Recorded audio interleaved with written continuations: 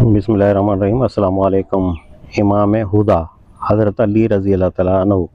مسلم ریاست میں اگر مسلمانوں کا کوئی گروہ حکومت کے مقابلے پر کھڑا ہو جائے اور باہمی جنگ کی نوبت آ جائے تو اس صورت میں مسلمانوں حکمران کو کیا رویہ اختیار کرنا چاہیے، اور کیا مسلمانوں کی باہمی جنگ میں بھی وہی اصول ہوں گے جو کافروں سے جنگ کے ہوتے ہیں؟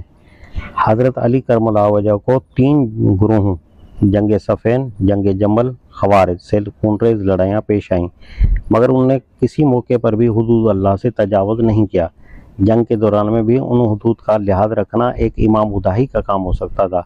چنانچہ اپنے ساتھیوں کو ان کی طرف سے اس بات کی سخت ہدایت تھی کہ زخمی اور بھاگنے والوں کو قتل نہ کیا جائے، شکست کھانے والوں کا مال غنیمت نہیں، ان کے بیوی بچے لونڈی غلام نہیں بنائے جائیں گے، تم صرف ان کا زور توڑ دو۔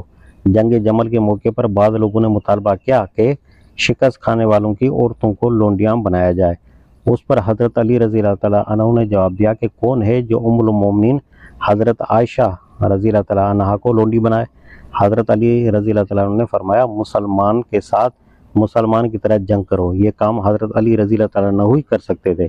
انہوں کو اس کا حوصلہ تھا کہ جب دشمن مغلوب ہو کر ان کے منہ پر تھوک دے تو وہ سینے پر سے اتر آئیں کہ اب اگر میں نے تمہیں قتل کیا تو اس میں رضائے الہی کے ساتھ میرا نفس بھی شامل ہو جائے گا۔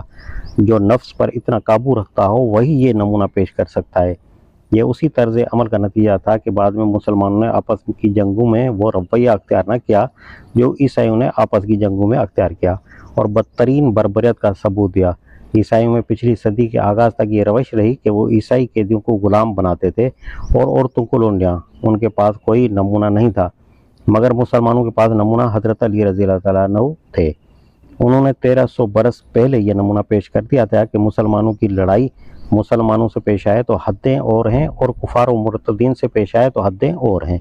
حضرت علی رضی اللہ عنہ نے جو نمونہ پیش کیا وہ اس مسئلے میں ہے کہ اگر مسلمانوں کے درمیان اختلاف واقع ہو جائے اور خانہ جنگی رونما ہو جائے تو ایک سچے مسلمان کا رویہ کیا ہونا چاہیے، اور حضرت حسین رضی اللہ تعالیٰ عنہ نے اس مسئلے میں رہنمائی کر دی کہ اگر امت میں بگاڑ آنے لگے اور اسلامی حکومت گمراہی کے راستے پر جا رہی ہو تو ایک سچے مسلمان کو کیا کرنا چاہیے۔